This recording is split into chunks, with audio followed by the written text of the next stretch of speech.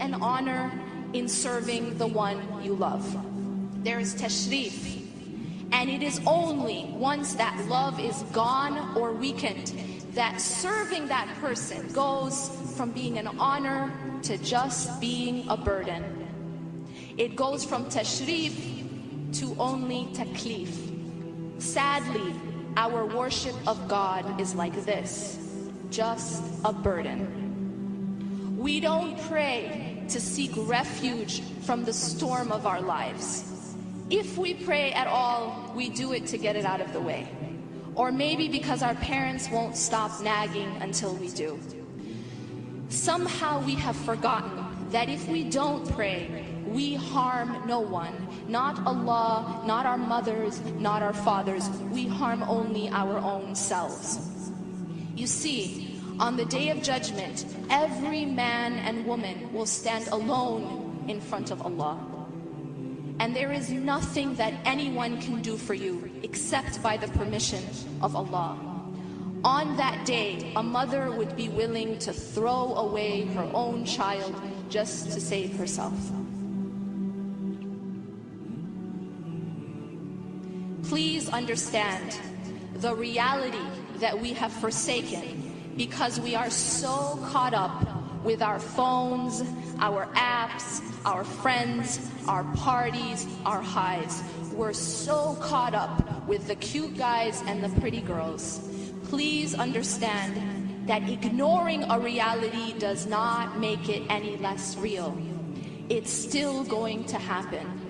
Being unprepared for something doesn't stop it from happening. If you choose, for example, to stay up all night partying, instead of studying for your final exam, it doesn't mean that the final exam won't happen. It still will, and you only end up failing. If we spend this life just partying, pretending that the final isn't coming, it won't stop it from happening. Nothing will stop death. Nothing. Nothing will delay. Nothing will delay the day of judgment.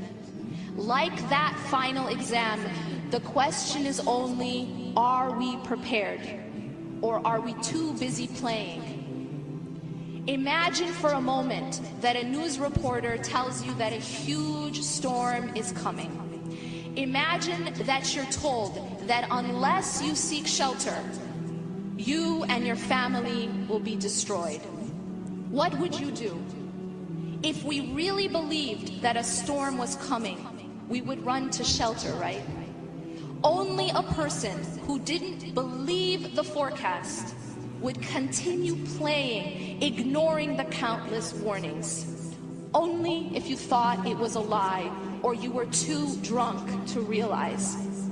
Only if you didn't really believe or you didn't really understand. But how could someone really know, that a storm was about to hit and do absolutely nothing to protect themselves and those they love? Would anyone say, I'm actually too busy hanging out right now. I'm too busy on my phone or on Facebook to run to shelter. I'd rather check out this guy's profile than protect myself from the storm. No one would say that. And yet, every single time we put off our prayers, put off wearing hijab, put off giving up dating, put off leaving our poisonous bad company, put off abandoning alcohol or smoking or pot or pornography, that is exactly what we're saying.